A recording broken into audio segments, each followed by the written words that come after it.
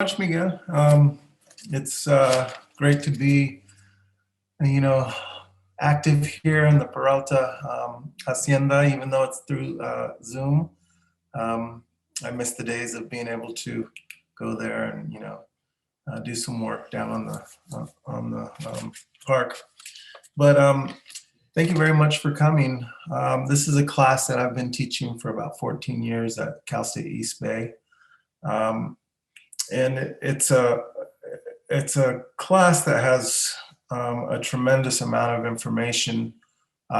Actually, one semester is too little to really teach everything that needs to be taught about Latin American immigration, because each country that immigrates here has a different culture and they have different histories, and the United States treats them differently depending on the relationship with that government. So it's very involved history. I take the class from the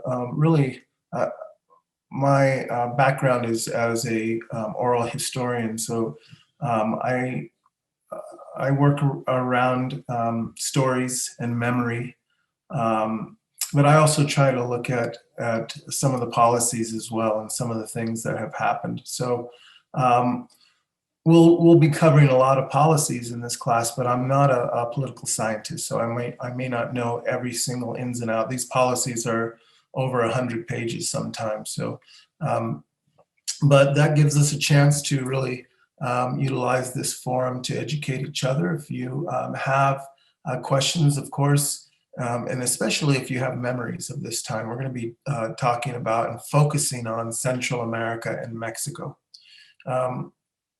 And we'll definitely touch on today on the influence that Cuba, the Cuban Revolution had on this immigration. So, but I'll pause from now and then if there's some questions.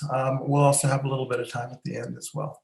Okay, so I'm going to share my screen now, and we're going to be looking at a PowerPoint presentation here. Let me open it up a little bit. So yeah, like I said, Latin American immigration is a very intense subject.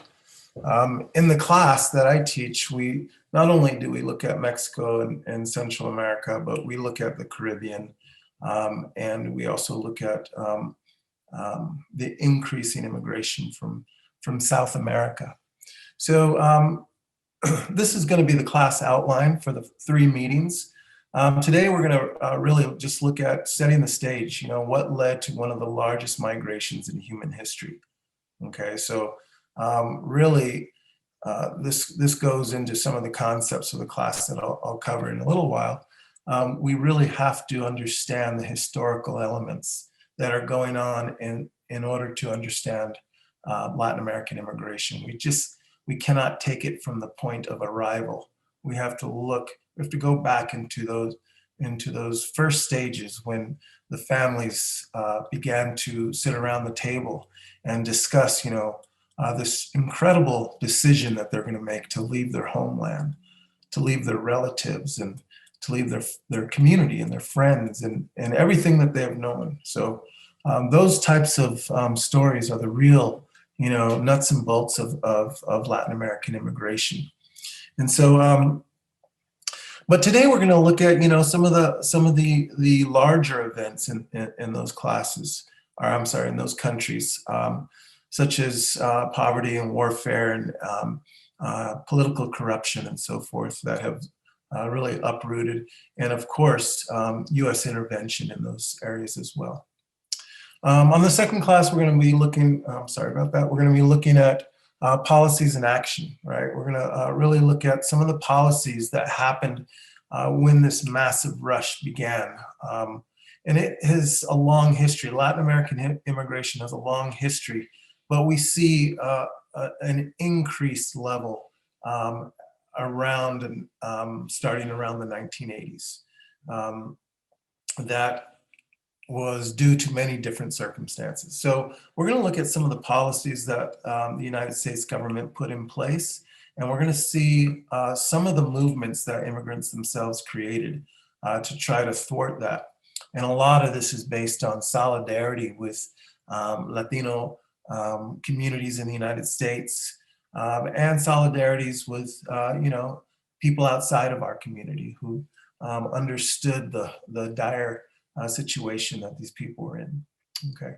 And then finally, the third class, we're going to look at migration and asylum during the post 9/11 period. So we're going to be covering things such as, the arrival of child migrants, and the separations of family, and the changing structure of the immigration system in the United States. Okay. All right. So some of the concepts that are really important to this class, there are many different theories for immigration, and one that I find very useful, just especially in terms of students who are just getting into the subject, is to look at the push and pull factors. And these are factors that push people out of their country, and the factors that pull people into a certain country, so the receiving country. So that's a sort of a two-way motion, right? There's reasons why individuals choose certain countries. Usually they have larger, more stable economies. In South America, for example, people from Colombia often migrate to Venezuela because they have a larger economy. People from Bolivia probably, well, most likely they immigrate to Argentina and so forth. But this is a really an important factor. What is pushing people out, okay? Also, those transnational ties, right? We mentioned that this is a two-way process, and we'll be discussing how immigrants in the United States have kept their ties to their home countries in many ways. Not only family ties, but economic and political ones as well. And so those transnational ties are really important. It also helps us to understand the two-way street that immigrants go through, and just in terms of what is causing them to leave. Ironically, a lot of the policies that the United States put into place in Latin America actually have uprooted a lot of these communities. So it's kind of ironic that they would choose the same country that is creating those policies to migrate to, okay? Another one that's really important, especially in Central America, but the dependency theory is something that really looks, I mean, you can do sort of a global analysis with this, and it is a theory, so there are debates over it, but this image right here really sort of gives you an idea. The core, these are the highly industrialized nations, right?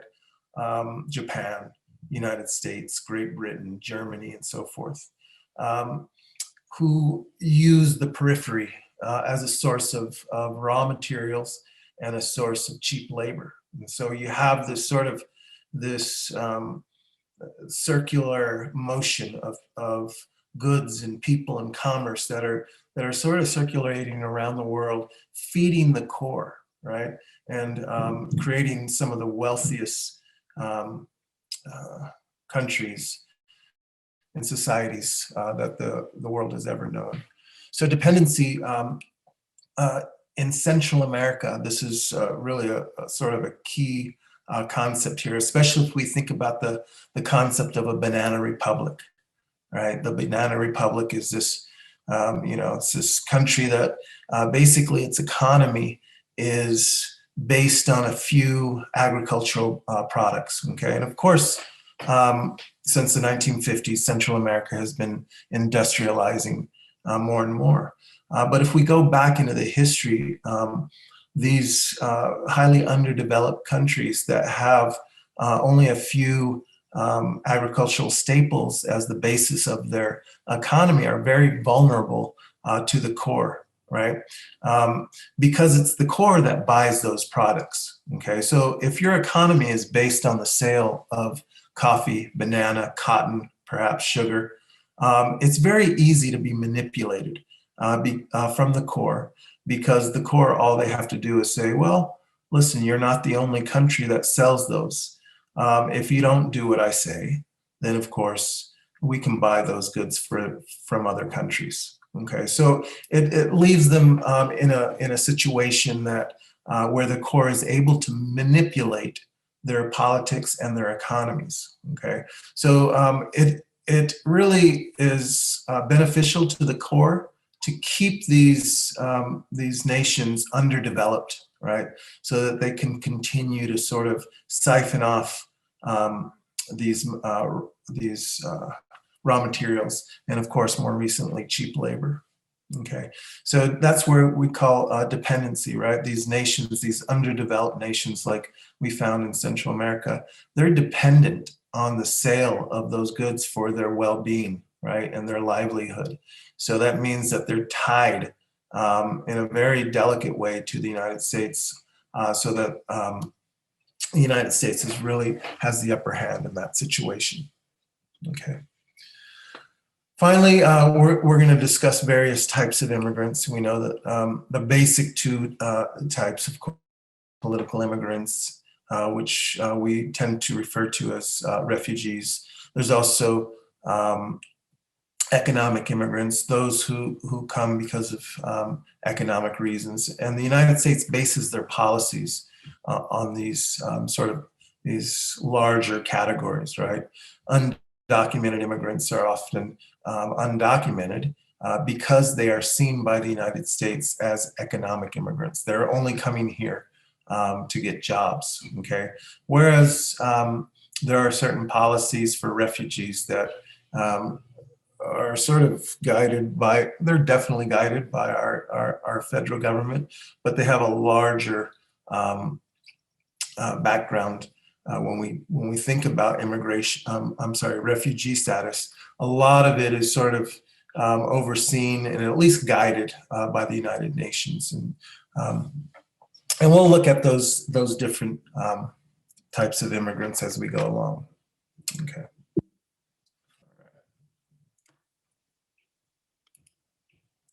All right, so let's start off with the Immigration Act of 1965. I know we're going to go back a little bit on this as we go forward, but this was a really sort of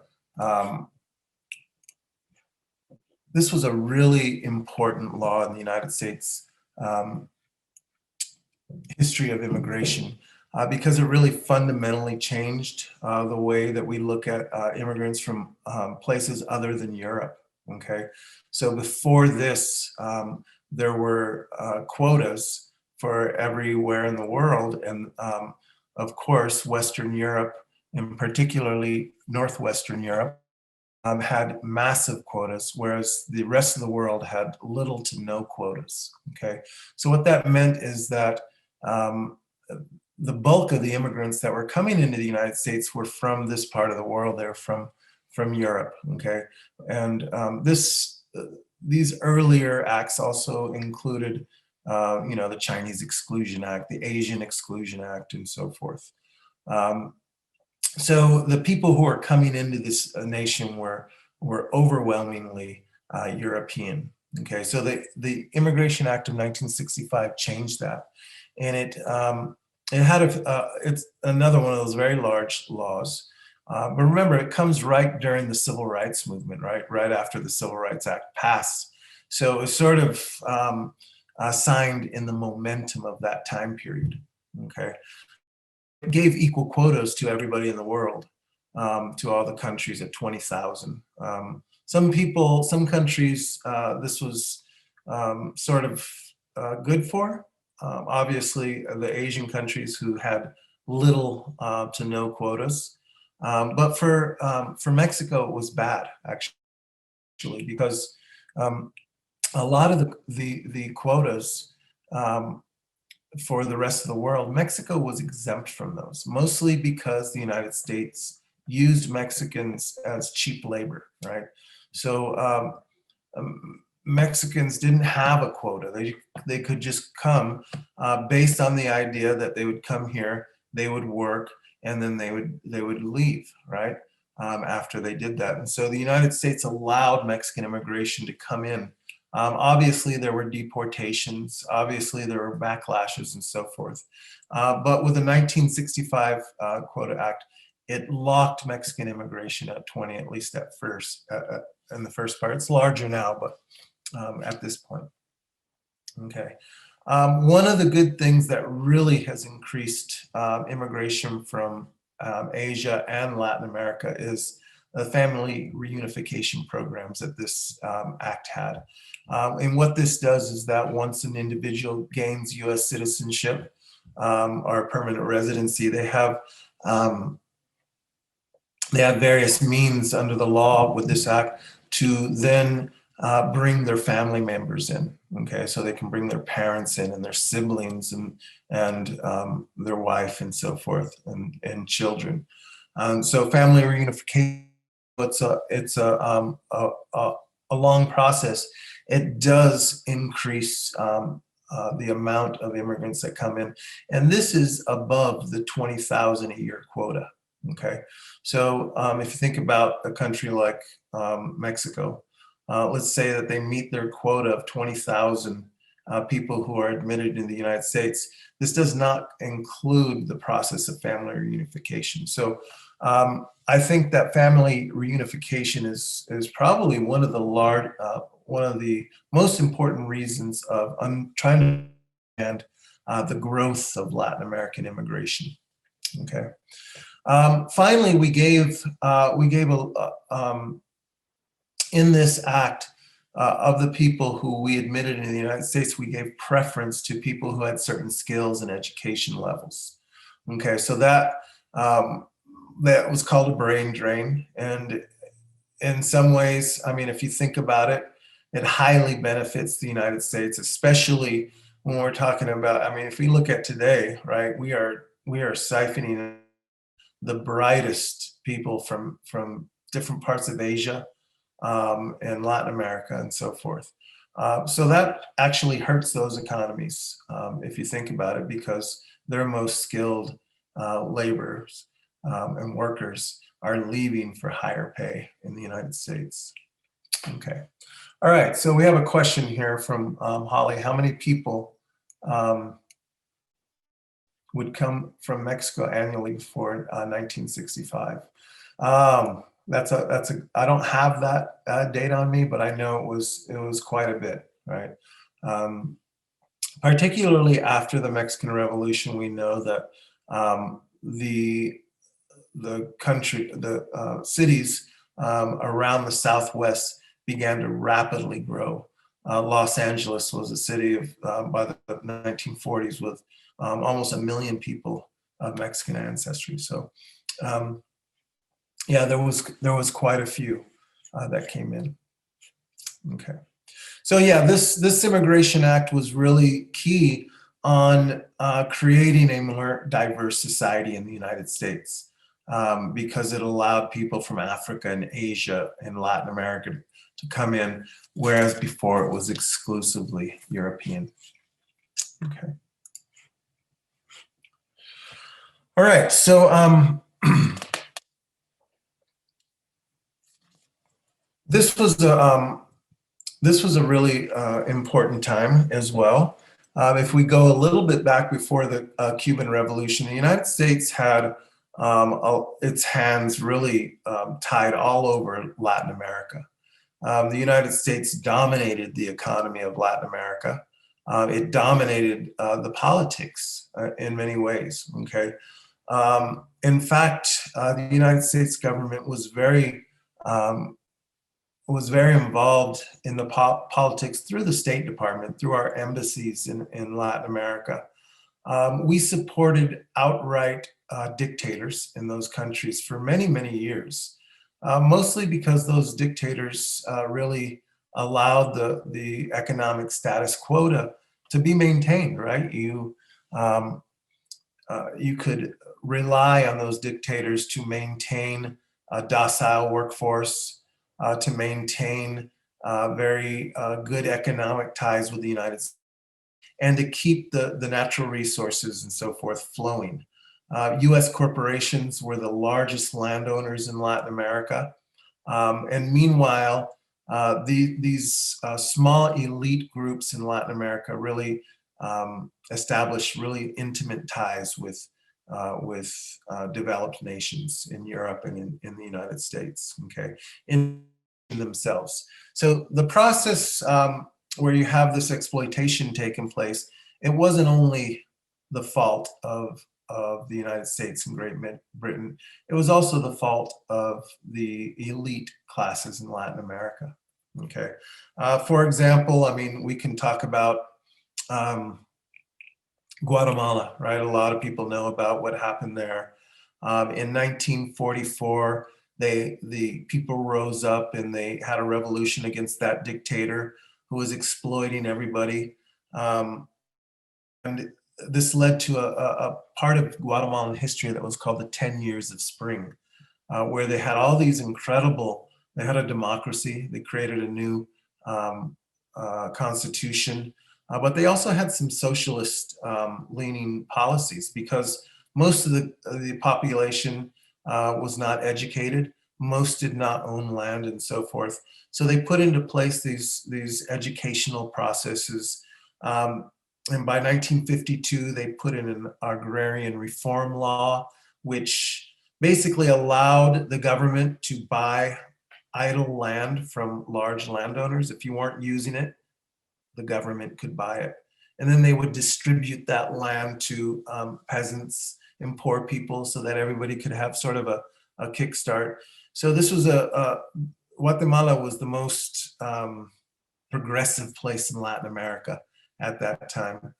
This guy actually right here, Che Guevara, we all know about Che Guevara. He, after his journey through the motorcycle, his motorcycle journeys through South America, he ended up in Guatemala because it was a very progressive place. They were doing incredibly important things there, and something that wasn't going on anywhere else in Latin America, really. This, of course, unsettled the United States because our companies were there, especially the United Fruit Company, who was the largest landowner in Guatemala, had some of their land taken away. Unfortunately, on the board of directors, are working within that corporation, were two very important politicians, the Dulles brothers. One was working with the FBI, the other was working with the State Department. And they convinced the United States that this was a communistic government. Remember, this is during the Cold War, okay? So the United States government trained Guatemalans in Honduras to overthrow their own government. These were people who were somehow affiliated with the old dictator that was overthrown in 1944. So in 1954, it was basically a coup d'etat where the government was overthrown, a new dictator was put into place, all of the reforms were taken away, and United Fruit Company got their land back. So meanwhile, Che Guevara fled to Mexico during that time period. But this just shows the danger of democracy to the United States government in Latin America. Okay, the idea that there could be a peaceful road to, right?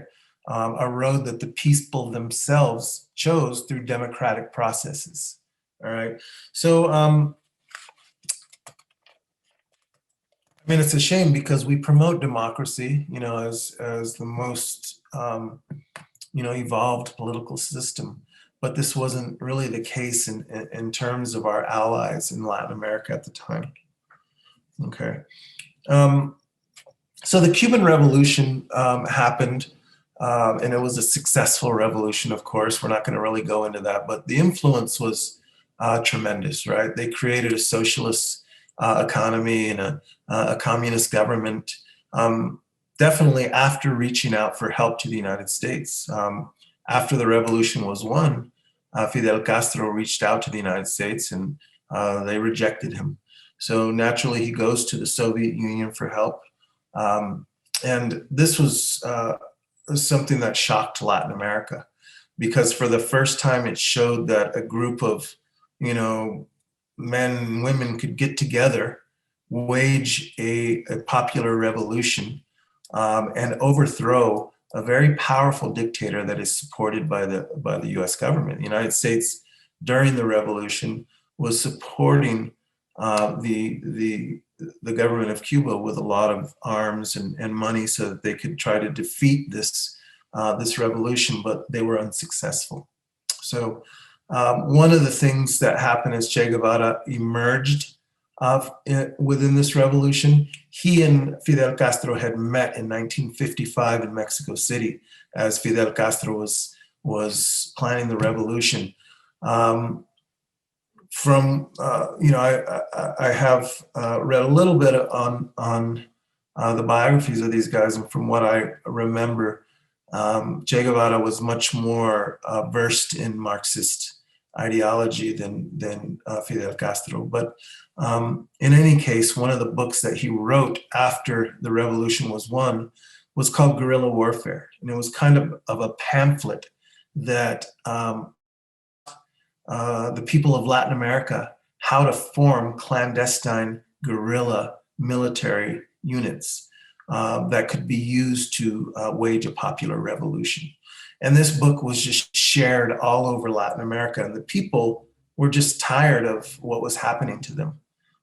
They didn't have any hope for a future. They weren't receiving education or healthcare. They didn't have a home. They were just laborers for these people, and they were definitely tired of it. So one of the things before we move on to Central America, because this definitely sparked revolution in Central America just from its influence, right? But as the Cuban Revolution began to gain force, and as their ties with the Soviet Union became more and more concrete, the United States began to open up its doors to Cuban exiles. Okay, so we had a very generous immigration policy for those people who wanted to leave the Cuban government because they disliked communism. They feared that their children would be, indoctrinated and whatnot. These were the greatest, contributing factors to them leaving. A lot of them also fled because, they had cheated the people of Cuba.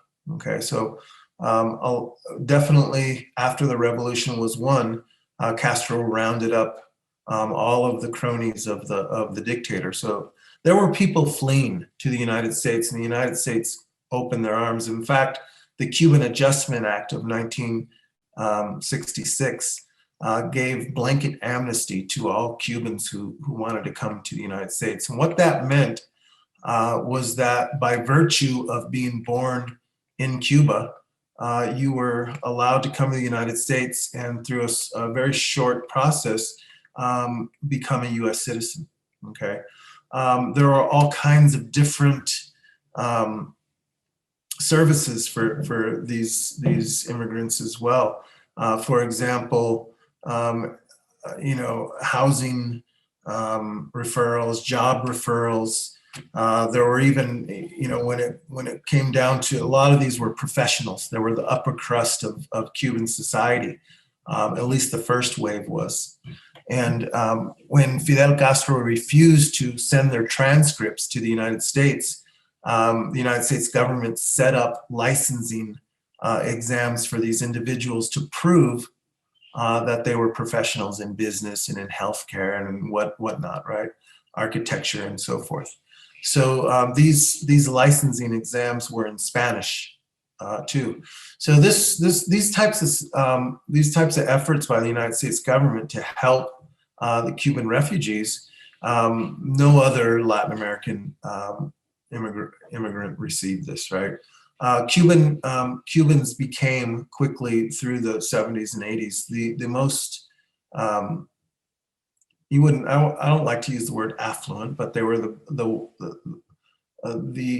Latin American immigrant population that was well off, more well off than others. Okay, they have the highest educational attainment. Okay. Yes, and Holly mentioned that Che Guevara was Luis Peralta's great grandson. Peralta had married an Argentinian woman. They moved to Argentina, and a few generations later, Che Guevara was born. Okay, so the Cuban Adjustment Act, remember, this is really, I mean, we are allowing these people in as refugees based on our dislike of the Cuban government, right? Not because they were necessarily in danger, right? Maybe some of them opposed the government. There were definitely sanctions on that, protests and so forth in Cuba. But nevertheless, it was a very generous immigration policy for them. And really, the United States could then say to the world, look at all of the Cubans fleeing Castro and coming to the United States. It must be a horrible government. Okay, there's a lot on that lesson with the relationship between Cuba and the United States, but we'll get back to those refugees in a bit. Okay, so the revolutions in Central America were definitely sparked by the success of the Cuban Revolution. Okay, first of all, Guatemala. You know, this was a revolution that lasted from 1961 to 1996. The second longest revolution in Latin American history. And these organizations, we have three major ones in Guatemala, and eventually they form a sort of an umbrella organization. But we have the Ejército Guerrillero de los Pobres, Fuerzas Armadas Rebeldes, Comité Unidad Campesina, right? Or people who formed these guerrilla organizations to fight back against these dictators. Guatemala was really a sad case. The government responded with death squads. These were sort of highly trained people who infiltrated communities to sort of seek out anybody who was a possible rebel. So a lot of students and a lot of campesinos who were working in labor groups and so forth were disappeared. We never heard from them again. And eventually what happened by about the late 1970s is that this individual, Efrain Rios Montt, who was a military dictator, basically took it to the next level and began to eliminate Mayan communities. Okay, and so this was definitely a genocide. They tried to eliminate the Mayan population. Mostly, they blamed it that they were rebels, but in fact, they wanted their land for things like growing coffee and so forth. But this was just, 200,000 Mayans were put to death in the most horrible way. Rigoberta Menchu, as you see here, she was one of the individuals that rose to really, put a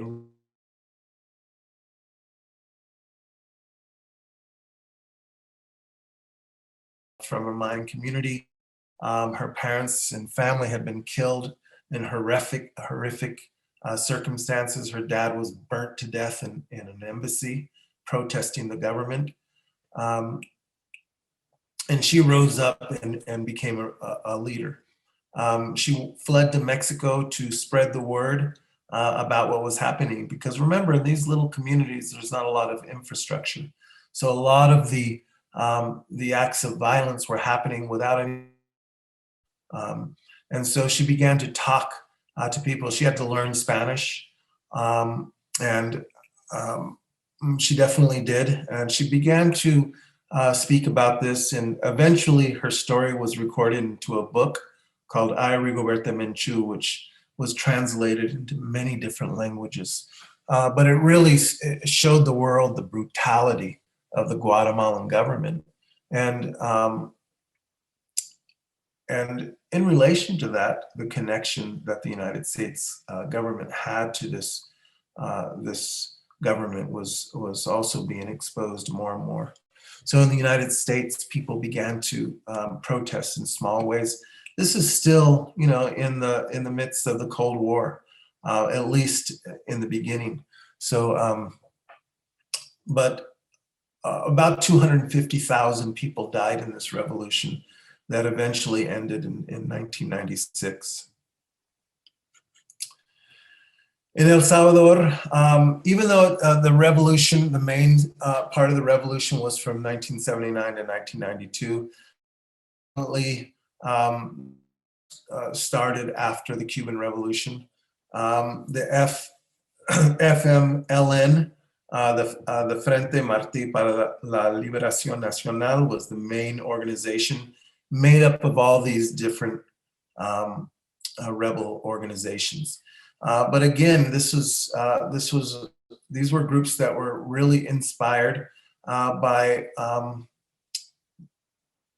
they had some ambitions of forming democracies, but they also were very inspired by socialism and Marxism. Remember, the only thing that they knew about capitalism, right, was that in a capitalist system, they were used and exploited, right? So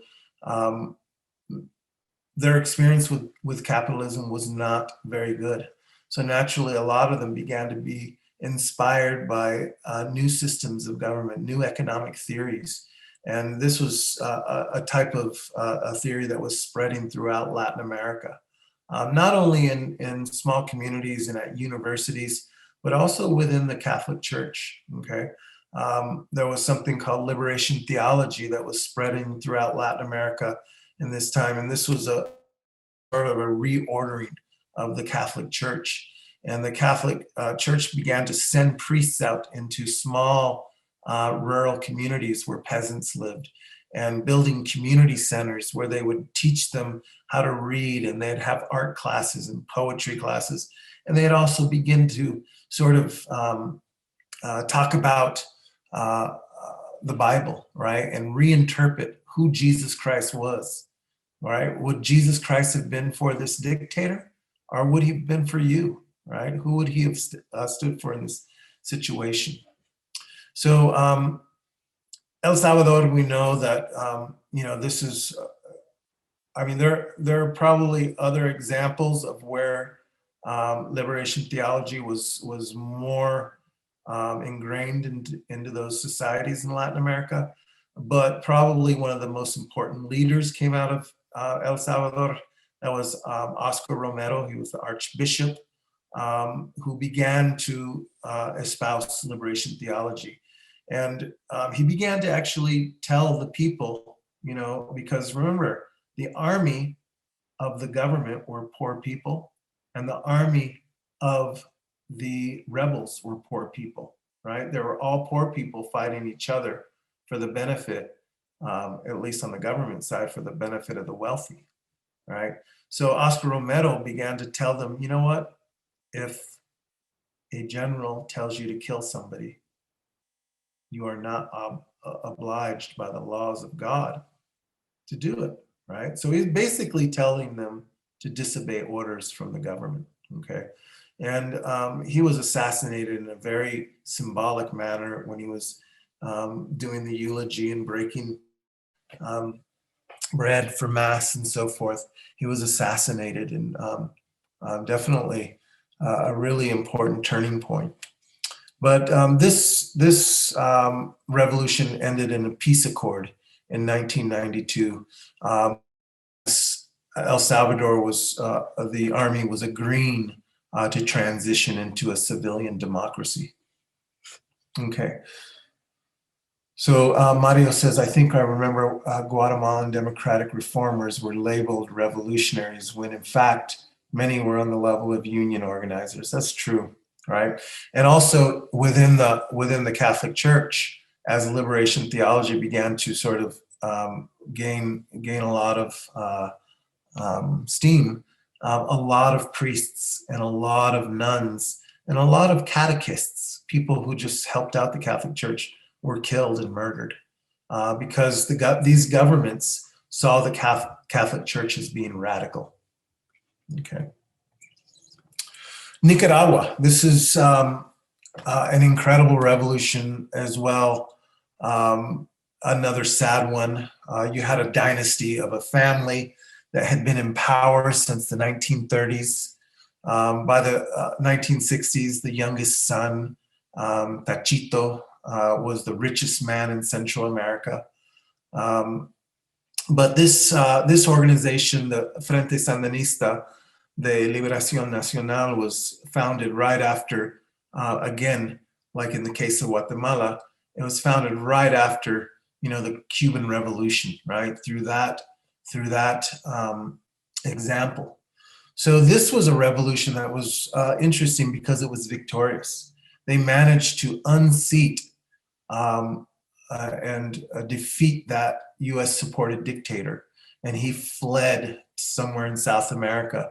And he was eventually assassinated by, I think, Argentinian radicals. But nevertheless, that victory was in 1979, and this is a beautiful history too, because in all of the countries, women played a big role, but you really see some brilliant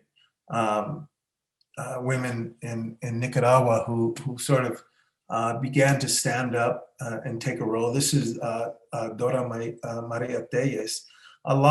You have a lot of women, not only combatants, but commanders, and she was a commander. There's a great book called Sandino's Daughters that is about the role of women in this revolution. But nevertheless, this was very troubling to the United States because to them it signaled a second Cuba, right? What's going to happen if we have all these little countries turning into Cuba, right? The influence of the Soviet Union is going to come into South America, and it's going to become so strong that we won't be able to stop it. So the United States just poured millions and billions of dollars into defeating these rebel organizations, right? It was called the Domino Theory. When you line dominoes up and you push it over, it just keeps on going in a solid motion. That was the idea of communism, right? You had to stop it at the base. You couldn't allow it to gain any momentum. Otherwise, by the time it got to your border, it would be so powerful that you would not be able to stop that motion, right? So the United States just poured in money into defeating these popular movements, right? As a result of the victory in Nicaragua, the United States funded what is called the Contra War. And this was a war, it was a counter-revolutionary war, okay? But Nicaragua did establish a democracy, but they had a lot of it socialist and Marxist principles. If you look at the Nicaraguan community in the United States, I mean, at least the students that I've talked to and people in the community, a lot of them are very split. Some of them hated the Sandinistas, and some of them loved them, right? So I think there were mistakes made there. For example, the leader of the FSLN, Daniel Ortega, who was the victorious general in 1979, he's the president of Nicaragua today. Okay, but nevertheless, this is a very important revolution. The entire Central America was in a state of, well, at least these three countries was in a state of emergency. And of course, because of all of the deaths that were happening, hundreds of thousands of people fled, right? Okay. So let's see. I'm going to probably go for another 10 minutes, and then we'll get some questions. But one of the important things that began to happen as Central Americans began to just show up, right? And they were definitely here before, but this was like the first major wave where you started getting really densely populated Central American communities. Okay, so the 19 Refugee Act, this was, I like to think of it as the last, uh, you know, act of President Jimmy Carter before he was, defeated by Ronald Reagan, um, and forced to leave office, but definitely pushed this through. Okay, and this was incredibly important because it raised the cap of admissions on refugees in the United States to 50,000, right? And it also created an emergency provision so that if that cap was reached and more were coming, then there were provisions that allowed for that cap to be broken and for more to be admitted. Okay. It also created the Office of Refugee Resettlement, and this is really important because it basically helps to resettle refugees in the United States and basically get their life going again here. Remember that refugees is a different status of immigration. So what happens to refugees is that they are allowed to stay in the United States legally and work here legally and so forth. But they are definitely asked to leave once return, I'm sorry, to their countries, once the situation has normalized in their country, right? So we give them that, what we call sanctuary, as their countries are going through this process. That doesn't mean that they can apply for US citizenship or permanent residency while they're here in the United States as a refugee, but it's a different process. Okay.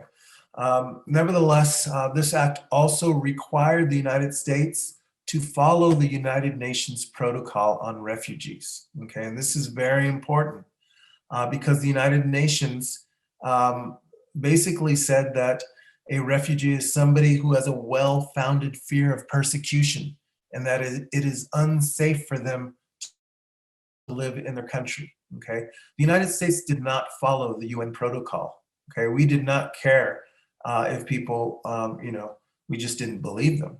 We knew that people were going through things in different parts of the world, but our dedication was to refugees coming from communist nations. Okay, the UN definition, the United Nations definition of who is a refugee does not include the word communist, right? Because it is quite possible for somebody to live in a communist nation without being in danger, right? But the United States at this time during the Cold War thought it was such a threat to their power that we thought it was a danger, right? So we only admitted people who were fleeing communist countries. But the 19 Refugee Act now made it law that we at least give a hearing to those people who are saying, we're in danger in our country. Okay, we cannot live there peacefully because of racial, ethnic, religious, or political reasons, right? So this was a really big milestone, right? So remember, at this time also we have this distinction between an asylee and a refugee, right? A refugee is typically somebody who comes in to the United States via an outside embassy. They apply for sanctuary or refugee status to whatever country through an embassy. They are given a hearing and so forth. It's a waiting game though. And then if they are admitted, then they're able to go to the country, right? An asylee is somebody who shows up at a port of entry in the United States or whatever country, right? So an asylee, you show up you fly in, let's say from Guatemala City to LAX, right? When you come into LAX, you come in through the customs, right? And they automatically know that you're coming in from a foreign country. So then they check your immigration status. That is when you can claim asylum right there. This sets up basically a very similar process to what refugees go through at the embassy, a hearing and so forth, where you can prove that you have a well-founded fear of persecution in your country. So the kids today that are showing up at the border, these are people who are coming into port of entry at places like Tijuana and El Paso and so forth, and they're declaring asylum at a port of entry. Okay. All right, so unfortunately in 1980, Ronald Reagan was elected president. Well, it depends on your political views, obviously, but unfortunately for the people who are immigrating, he did not really follow the 1980 Refugee Act. In fact, one of his main campaign promises was to rid the hemisphere of any communist influence, right? So immediately when he became president, he funded the Contra War in Nicaragua. He began to pour millions of dollars into the war in El Salvador. In fact, the United States was giving it the dictatorship in El Salvador more funding than any other nation in the world except for Israel. Okay, I mean, we're just really wanted to defeat these rebel organizations. Okay, so we were technically, through this president, we were established, I guess, friends with these dictators. Okay, so remember, when a refugee comes in from El Salvador, right? Let's say 20 of them come in, or 100 come in, or 1,000 come in, and they're all saying, we are being, prosecuted. We're in danger in our country. Our country is putting our lives in danger. Okay. So the United States, if they say, okay, I agree, you're in danger. So when the United States says that, the United States is admitting that those governments are doing something wrong. Those governments are putting their citizens in danger, right? But it was a contradiction because we were friends with those governments, right?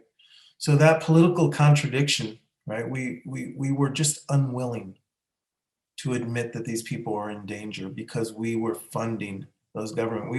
We didn't believe, even though it was pretty obvious, that we were funding brutal dictators, right?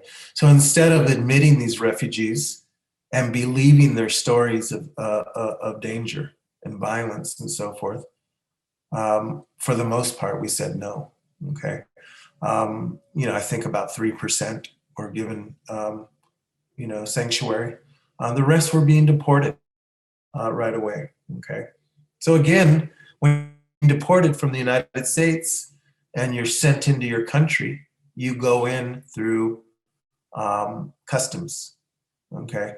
So what do you think happened to those individuals once they showed up in El Salvador, right? And they were met by the Salvadoran government. Well, what were you doing in the United States? Why were you trying to flee this country? You must be guilty of something. So what began to happen is that word got out through various circles, various organizations, even the church, that these individuals that were being deported, we never heard from them again. And most likely they were just being put to death, right? So this created a very, a huge crisis, not only amongst within the Latino community in the United States, but when word got out, it really began to sort of galvanize a new movement in the United States. And we're definitely going to talk about that next time as we go forward. Okay, but on the next class, we'll definitely begin to look at what happened at this period, because I want to end with just basically saying this is also the same exact period that massive Mexican immigration began to come in. Okay, at the same time that tens of thousands of Central American refugees were coming in, tens of thousands of hundreds of thousands of Mexicans were coming in too. Okay, mostly because of an economic crash that happened in the late 1970s in Mexico, and a series of other issues that went along with that. Okay, so this created a sort of, in the eyes of the government of the United States, it created an immigration crisis that demanded new types of strict immigration policies. Okay, and those are the policies and the movements that we're going to discuss in the next class. All right, and I'd like to open it up for any questions that you might have.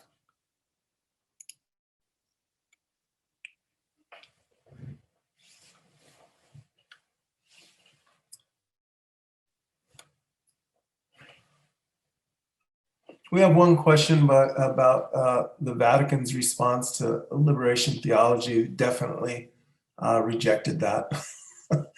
They did not support liberation theology.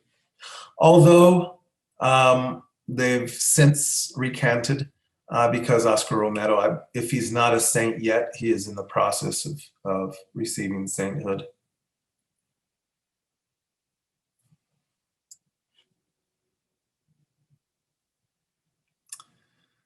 All right, well, thank you very much for coming, and I appreciate you being here.